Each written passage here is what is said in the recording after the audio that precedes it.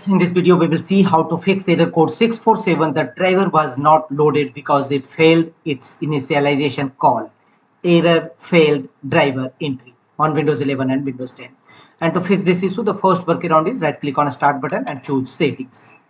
Here from the left side, go to Windows Update and click on check for updates from the right side, and if any operating system update available, then download and install it. Sometimes outdated operating system may be a cause of various type of error appear, so you must update your OS with Windows latest update.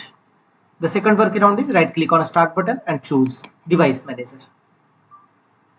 Here in device manager, Windows look for any problematic device driver having yellow color exclamation sign against it. If not found, you may proceed with each and every driver. Simply expand it and right click on it and choose update driver. How do you want to search for drivers? Choose search automatically for drivers. Apply this process for all your faulty device driver. Otherwise, update all device driver. After that, restart your system and check whether your error is resolved or not. If not, go to the next fixes, right click on a start button and choose run. You may type Win plus R shortcut key to open run dialog box, and here type msconfiz, msconfig. Click on OK. This command will open system configuration windows. You may directly proceed through Windows search, system configuration. Here from the top menu bar, go to services.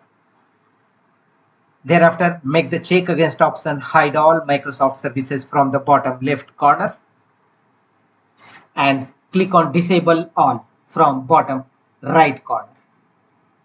Clean boot your system. Thereafter, go to top menu bar and choose the option startup and click on the link open task manager. Task manager window will open. Here all your startup apps found enabled startup apps in your system.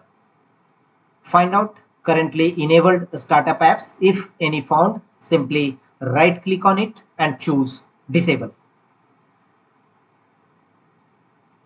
Apply this process to disable all your enabled startup apps in your system. Manually disable all your startup apps enabled in your system. Thereafter, close the windows, press apply and OK to save the changes and check whether your error is resolved or not. If not, go to the next fixes. Go to Windows search and here type cmd and open command prompt windows, run as administrator mode. A pop-up window will appear. Here choose yes and command prompt windows will open. Here go to the blinking cursor. Here execute these 3 DISM tool one by one in command prompt windows.